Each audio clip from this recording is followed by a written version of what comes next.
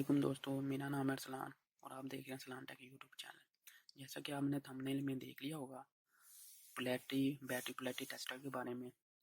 अक्सर जब भी आप किसी इक्विपमेंट के अंदर या किसी चीज़ के अंदर बैटरी को रिप्लेस करते हैं तो बैटरी के पॉजिटिव नेगेटिव या पोलैरिटी को लेकर काफ़ी कन्फ्यूजन रहती है। तो मैं एक आज ऐसा गैजेट आपको तैयार करना बताऊँगा जिसकी मदद से आप इस कन्फ्यूजन को बआसानी डिटेक्ट कर सकते हैं या पोलैरिटी को मालूम कर सकते हैं।